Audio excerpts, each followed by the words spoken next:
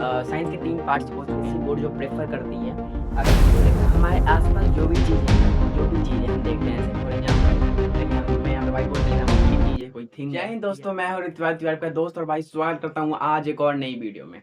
तो आज की वीडियो में हम क्या करने वाले हैं, ना हम कुछ पढ़ने वाले, ना कुछ हम समझने वाले, बस हम सिलेबस देखेंगे कि हमारा जो सीबीएसई बोर्ड का क्लास 9th का साइंस सब्जेक्ट का सिलेबस क्या है।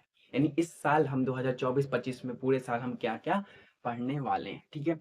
तो जैसे कि आपको पता है कि 8 तक हम पढ़ते आ रहे हैं, 7th, 8th, 6th हमने सब में पढ़ा। हमारे पास एक साइंस की बुक होती थी, जिसके अंदर हमको ना पता चलता था कौन-सा चैप्टर फिजिक्स का है, कौन-सा केमिस्ट्री का है, कौन-सा बायो का है। ऐसे ही टीचर्स हमको पढ़ा देते थे और हम पढ़ लेते। लेकिन अब जो है हमारे पास एक पूरा साइंस के 3 पार्ट्स हो चुके हैं। 3 पार्ट्स यानी एक हमारे पार्ट होती है केमिस्ट्री की साइंस के अंदर, एक होती है फिजिक्स और एक होती है बायो, ठीक है? तो ये सारे चैप्टर्स जो है हम अपने क्लास 9th की साइंस के अंदर पढ़ने वाले हैं, ठीक है? अभी मैं आपको बता दूँगा कौन से चैप्टर केमिस्ट्री के, कौन से बायो के और कौन से फिजिक्स के, ठीक है?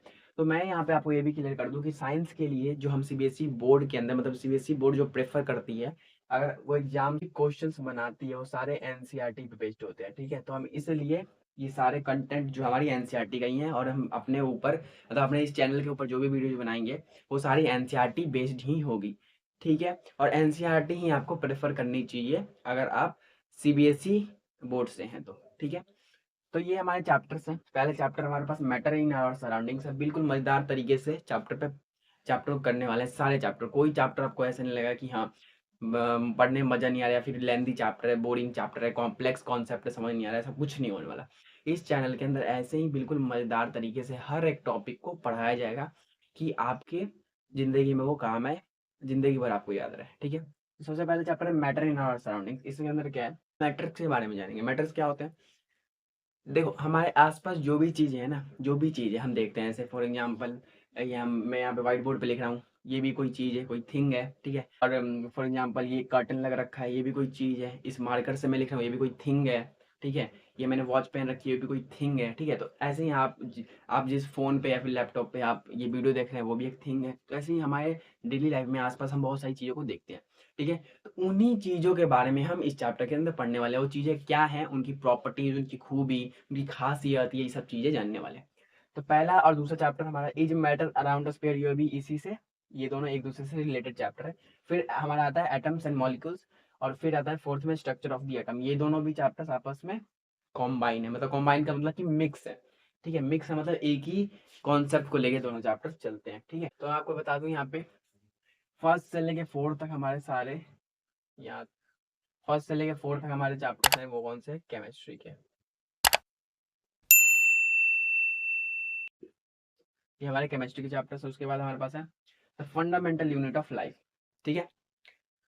उसके बाद है हमारे पास टिश्यू और साथ ही हमारा जो ये फिफ्थ और सिक्स चैप्टर है, ये दोनों बायो के हैं और साथ में हमारे पास ये जो 12 चैप्टर है हमारा एनसीईआरटी का 12 chapter improvement in food resources, ये भी हमारा एक बायो का चैप्टर, इसलिए मैंने यहीं पे लिख लिया। नीचे ना 12 चैप्टर नीचे आएगा, लेकिन मैंने ये पे साथ साथ लिख लिया ताकि हमको पता चल जाए कि improvement unit the fundamental unit of life और इंप्रूवमेंट इन फूड रिसोर्स और टिश्यू, ये सारे हमारे बायो चैप्टर है। ये 3 चैप्टर्स हमारे पास बायो के हैं, 4 केमिस्ट्री के, 3 बायो के, ठीक है? तो ये हमारा है बायोलॉजी, ठीक है? पहले सिलेबस पता होना चाहिए कि हाँ पढ़ने वाले क्या है, उसके बाद पढ़ाई करेंगे, पढ़ाई बात की चीज़।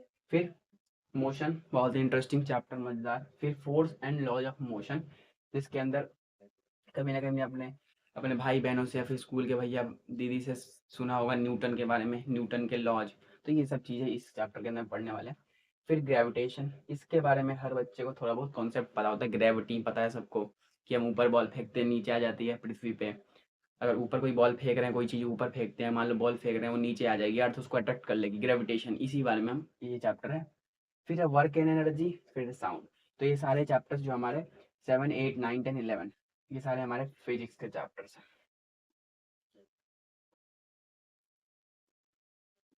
कैसे चैप्टर्स है? फिजिक्स के, ठीक है?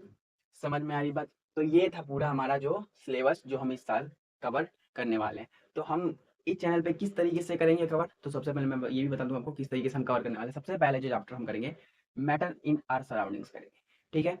उसके बाद एक चैप्टर केमिस्ट्री की हो गई, ठीक है? उसके बाद हम शुरू करेंगे फंडामेंटल यूनिट ऑफ लाइफ, ठीक है? फर्स्ट चैप्टर केमिस्ट्री, फिर fifth chapter fundamental unit of life, bio का एक चैप्टर करेंगे, उसके बाद एक फिजिक्स का चैप्टर मोशन करेंगे। तो हर एक चैप्टर करेंगे, हर एक कैटेगरी से, पहले केमिस्ट्री, फिर बायो, फिर फिजिक्स।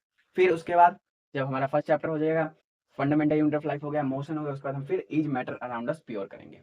ठीक है, is matter around us pure करेंगे। उसके बाद इसी तरीके से धीरे धीरे करके हम सारे चैप्टर्स को कवर कर लेने वाले हैं मजेदार तरीके से।